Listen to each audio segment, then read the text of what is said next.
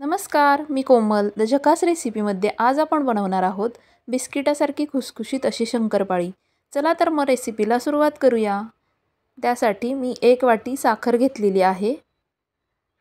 त्याच वाटीने मी टोपामध्ये पाणी घेतलेलं आहे 1 वाटी। ते आपण साखर विरघळेपर्यंत गरम करून घ्यायचं। त्यानंतर त्याच वाटीने मी इथे पाऊण वाटी तूप घेतलेलं आहे। ते मी गॅसवर गरम करत ठेवलेलं आहे।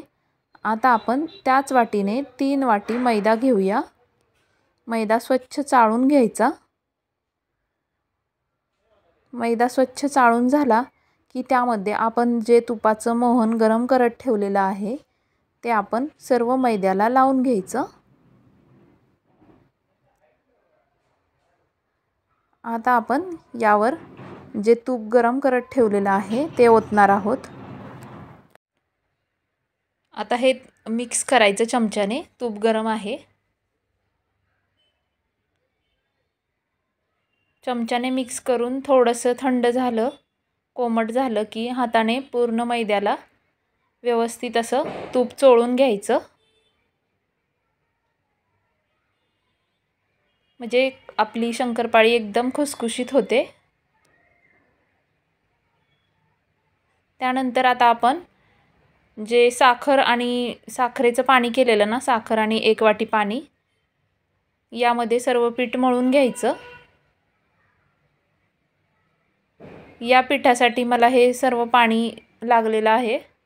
एवढ्या पाण्यातच माझं सर्व पीठ मळून झालेलं आहे। जास्त पातळ मळायचं नाही, घट्टच मळायचं। पीठ चांगलं व्यवस्थित मळून घ्यायचं।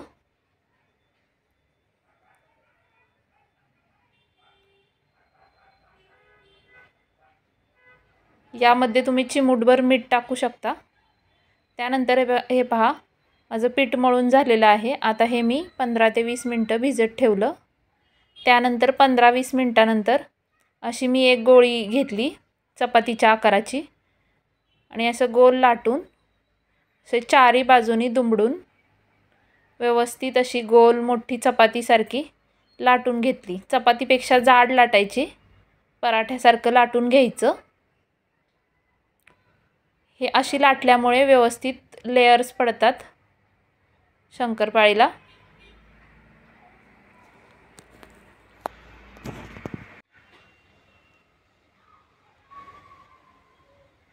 व्यवस्थित असं लाटून झालं की चारी बाजूने जे असं बाहेर आलेलं आहे चौकोनी, ते व्यवस्थित कट करून घ्यायचं आणि चौकोनी शंकरपाळ्या कट करून घ्यायच्या। हे पहा, अशा कट करून घ्यायच्या। आणि मी गॅसवर कढईमध्ये तेल गरम करत ठेवलेलं आहे।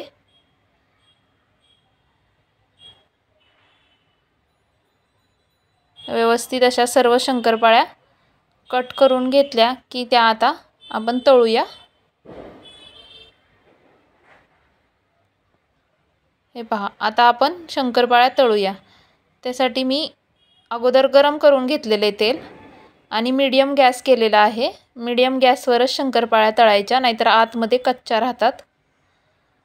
आणि हे पहा, अशा गोल्डन रंगावरच काढायच्या, जास्त करपवायच्या नाहीत। हे पहा, आपल्या शंकरपाळ्या तयार झालेल्या आहेत। एकदम बिस्किटासारख्या खुसखुशीत अशा आपल्या शंकरपाळ्या तयार झालेल्या आहेत। आवडल्यास लाईक करा, शेअर करा आणि सबस्क्राईब करा। धन्यवाद।